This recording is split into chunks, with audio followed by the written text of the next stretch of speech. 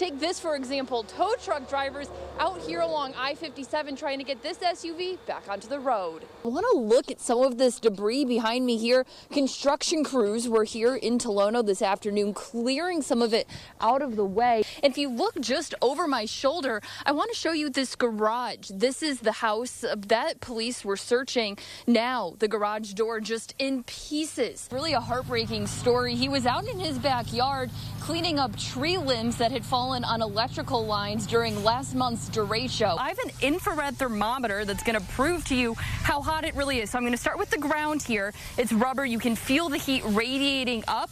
When I scan, 120, earlier it was like 134, so I guess it's dropping within the few minutes here.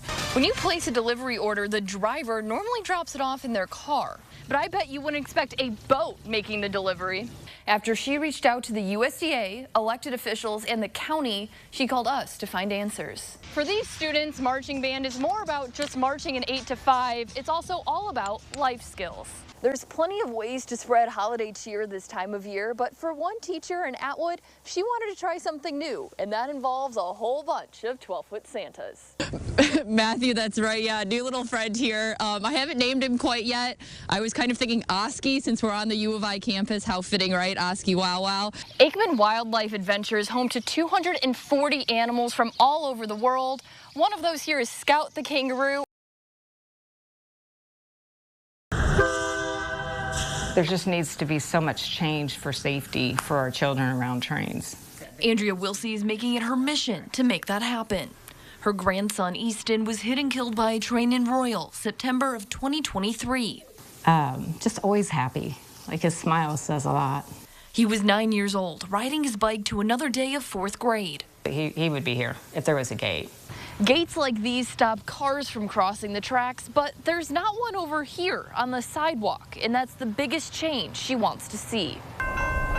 Gates that hold a child back. When a train comes through town on a 4-foot wide track, the train is 10-foot wide. So even having a gate will hold a child back a little further, you know, not only stopping them, but not letting them get so close, because a lot of times those accidents are as a child has gotten too close to the train. She's spent the past year digging into the data, doing her own research. One piece of information she came across from the nonprofit group Safe Kids hit hard. Every 5 days, a child is killed by a train. It doesn't stop there. Wilsey has also started looking into the Federal Railroad Administration and the Illinois Commerce Commission. They regulate laws around the tracks. Those need to be changed. They need to be aggressively changed quickly before we lose any more children on the tracks. Plus, she hopes working with state lawmakers can make a difference. I reached out to Senator Paul Faraci. Within a few days of our phone call, he started looking into what's offered and required both in the state and across the Midwest. I also emailed Union Pacific. The family has filed a wrongful death lawsuit against them.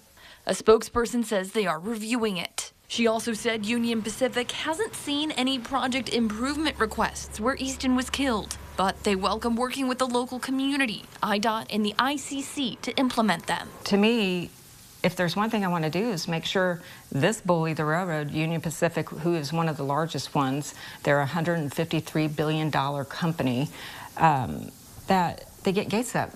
Beyond that, Wilsey has one message to share with parents no matter where you live. Go look at the railroad track, look to see if there's gates, look to see if there is lights, even signage.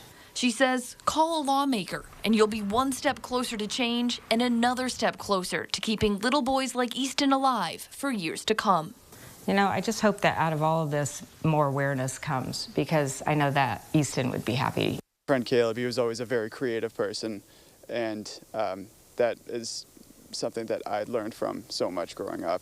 23-year-old Caleb Mason was one of 3 people killed in this quiet Mahomet neighborhood. So I bundled up and went out and just saw the mass amount of cop cars down here and the tape already being put out, and so I knew, like, you know, something serious was going on. Police say someone shot Caleb, as well as his mother Janice and sister Sarah. Cornwall Fire Medic 22 respond and stage for now, possibly up to 3 people shot. Completely confused by what happened. It didn't make any sense. Bryson Keeble grew up around the family and met Caleb back in kindergarten. I remember going to kids club together and playing together during recess and things like that. We also hung out outside of school. The two caught up just a few months ago. Said he was enjoying spending time with his family, and he honestly seemed like he was just happy. All those memories and emotions are flooding back as Keeble looks at the house he once spent lots of time in, now lined with crime scene tape. This is a great opportunity to come together and to share with one another memories and feelings, because doing that would definitely help us to, deal with this as a community. Rex is lucky to be sniffing cameras and running around. A house fire in Danville last spring almost took the dog too soon. When we got to the cage, he was pretty much lifeless. He wasn't breathing. We had to open the cage, pull him out, and then take him outside. That's when Owen Bennett stepped in. We kind of put him down on the ground and check him out kind of like we would a normal patient. He grabbed an oxygen mask made for pets and started CPR. After about 5 or 6 minutes of doing that, his eyes started opening and his tongue started going back in his mouth. Then after about 5 more minutes, he started wagging his tail. That was the first time he was saved. The second, just a few weeks ago, after crew members saw this Facebook post. I was like, that says his name is Rex. He's got that white patch on his chest. I was like, I think that's our Rex. And I showed Matt immediately, and he said, that's absolutely the Rex that we saved. So Matt Goodner and his family went to the Vermilion County Animal Shelter to see him. Lo and behold, they're now fostering Rex, giving him a third chance of life. Oh, it's wonderful because he was code red there for a little while. We thought we were going to have to make the decision to let him go for his mental well-being. But the Goodners can't keep him forever and are on a mission to find him a forever family. He's the sweetest boy. He just wants attention. He's cuddly. He loves to be pet. He loves to cuddle up with people. He wants to. There we go. Rex is a four-legged miracle story and just wants to be loved on for the rest of his life. And if he was able to find a forever home and got to be one of those stories that we got to celebrate and do a before and after on, that would be absolutely awesome. Hopefully we can find him somebody that could love him.